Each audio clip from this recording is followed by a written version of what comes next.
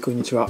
川口の健です。今日は僕の靴磨きをちょっとお見せしたいと思います。とは言っても僕別にそんなに靴磨きが得意ということでもないんですが、靴職人としてね、この作った靴の最後の磨きはやりますし、自分で普段履いてる革靴の靴磨きもやります。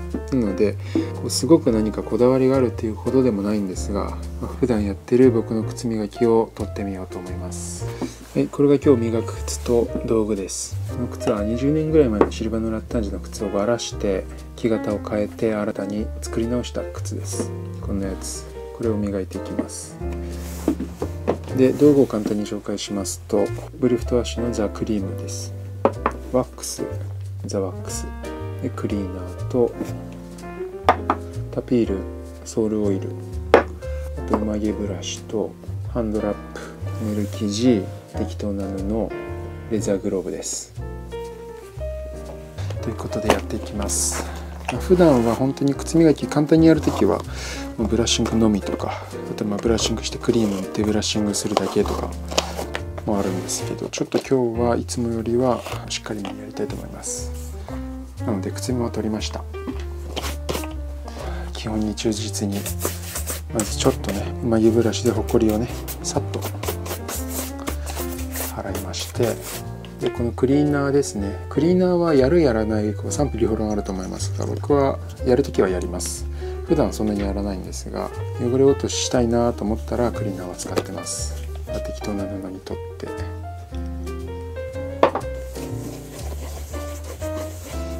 全体をさっと軽く拭いていきます。結構すでに綺麗なんですが、磨いたのはそこそこ前なんで、もう一回しっかり磨き直しますね。一応つま先は薄くワックスがかかってます。そこそこ取ります。全部は取り切らないですけどね。全体的に取りつつ、ちょっとつま先ワックスがかかってるんで、少ししっかりめに取ってきます。そんなに汚れてはないんですけど、一応こんな感じで茶色っぽくなりますね。はい、全体の汚れ落としが終わりました。じゃあ次はですね、このクリーム、こいつを指に取って塗っていきます。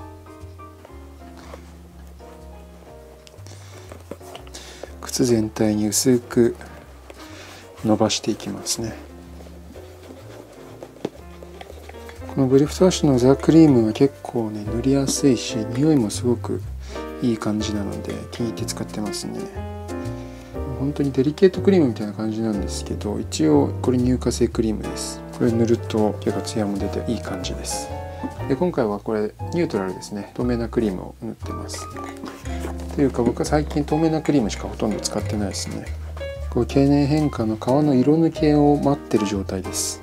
これは靴によると思うんですけど、フォーマルに使う黒い靴なんかはあまり色あせしない方がいいんで、ちょっと色があせてきたらしっかり黒の補色の色付きクリームを使った方がいいと思うんですが、こういったね茶色っぽい靴とか、あとは用途に応じてこの色あせっていうのはかなりこの経年変化の中でも重要な要素の一つかなと思って、逆にねこうクリームを塗り込んでいって色が濃くなるっていうのもありだと思うんですよ。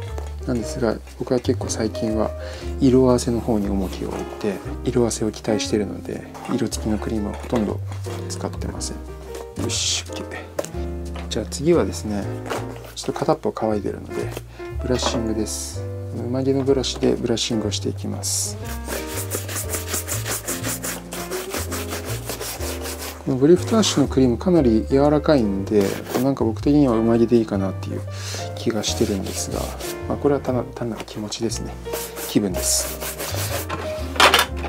例えばこのサフィールの持ってる方も結構多いと思うんですが、クレム1925、結構がっつり油性のクリーム、ああいうのはなんとなく気持ち的には豚毛の固めの毛でしっかりこう皮になじませたい感じがあるんですが、こういうね柔らかいザ・クリームとか、あとはコロニルシュプリームとか、あとなんかデリケートクリームとかは僕的にはこのうまぎを使いたくなりますね。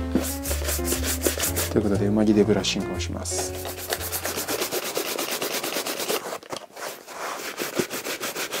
いきますね。結構輝くんですよこの皮。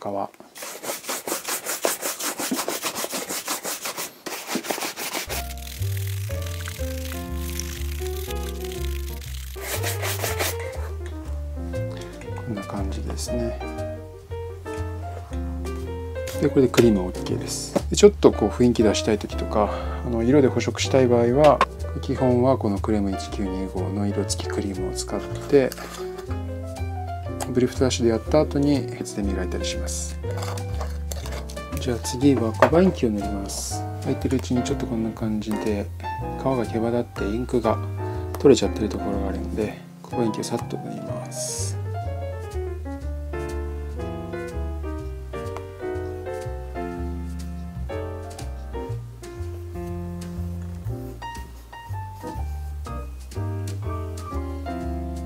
今回はコバそんなにしっかりはね整えないでいいかなと思うんですが、一応簡単にコバインキ塗ったところにこのコバ用のローですね、これを手塗りしていきます。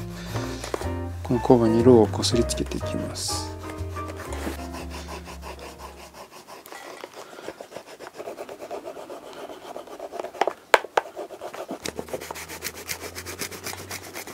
そうするとコバがちょっとマットな感じで膜を張ったようになっているので、これを布でこすっていきます。そうするとね光沢が出てきますね。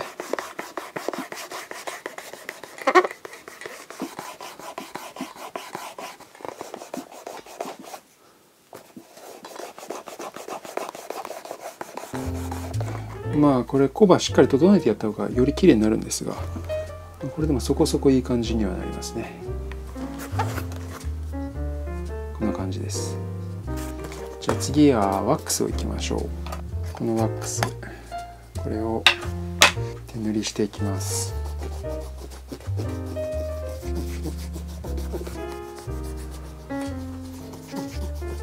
そしたらこの塗る生地を手に巻きつけまして、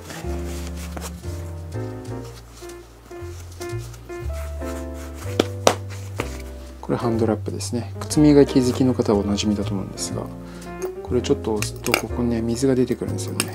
ちょっと水少ないか。出てきた。ちょっとだけ水が出てくる。練り生地に少しね水をつけます。でこれでさっき塗ったワックスをこすっていくと光沢が出てきますね。でこの練り生地にワックスつけてつま先に当ててで水をつけてっていうのを繰り返すとピカピカになりますね。これ今ワックスタイムですね。ちょっと曇ってるのが分かるかな。で練り生地に水をつけてこうするとこう曇りが晴れてきますね。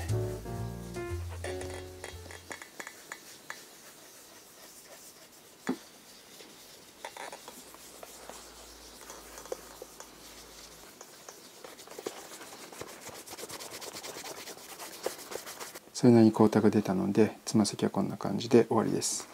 そしたらさっきのハンドラップ、これでちょっとだけこう水をつけて全体をこの水がついた練り生地で磨きます。このコバも含めてね。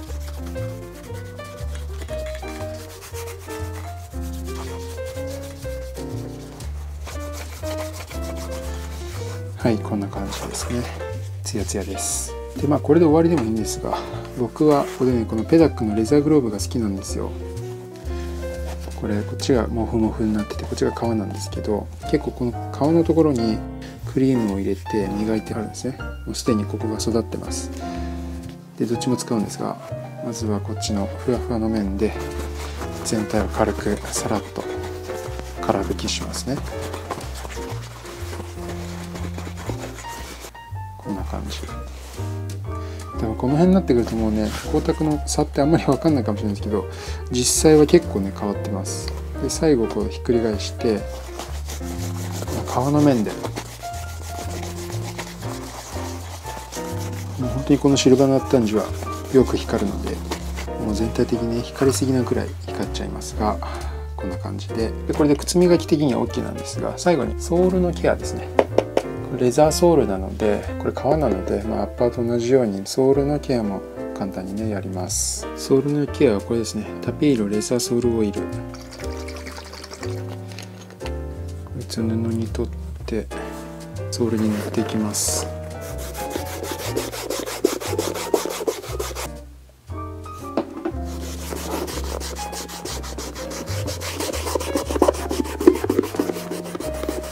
ちなみにこのレザーソールオイルは本当にいい匂いって言っていいのかわかんないですけど、ほとんどドレッシングですね。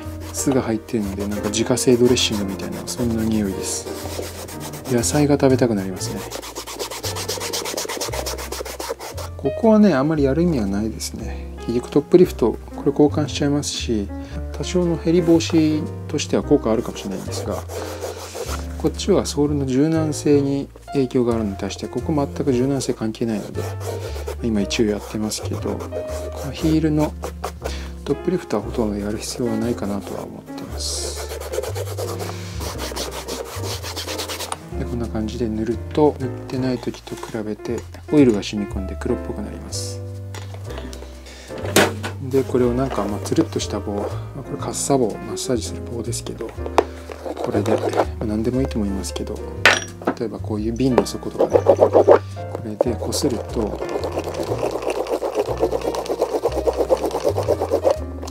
これますかね、これ今こすったとここですね、こうツヤっと光沢出ますよね。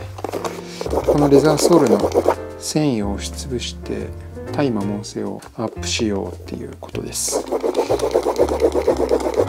んな感じでソールの繊維を押しつぶしてツヤっとさせて完了です。最後に靴ひもを戻します。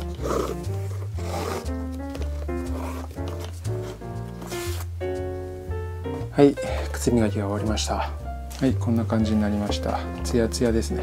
もともと綺麗ではあったんですけど、それ以上にツヤツヤに光りました。こんな感じで結構いいエイジングしてるんですよね。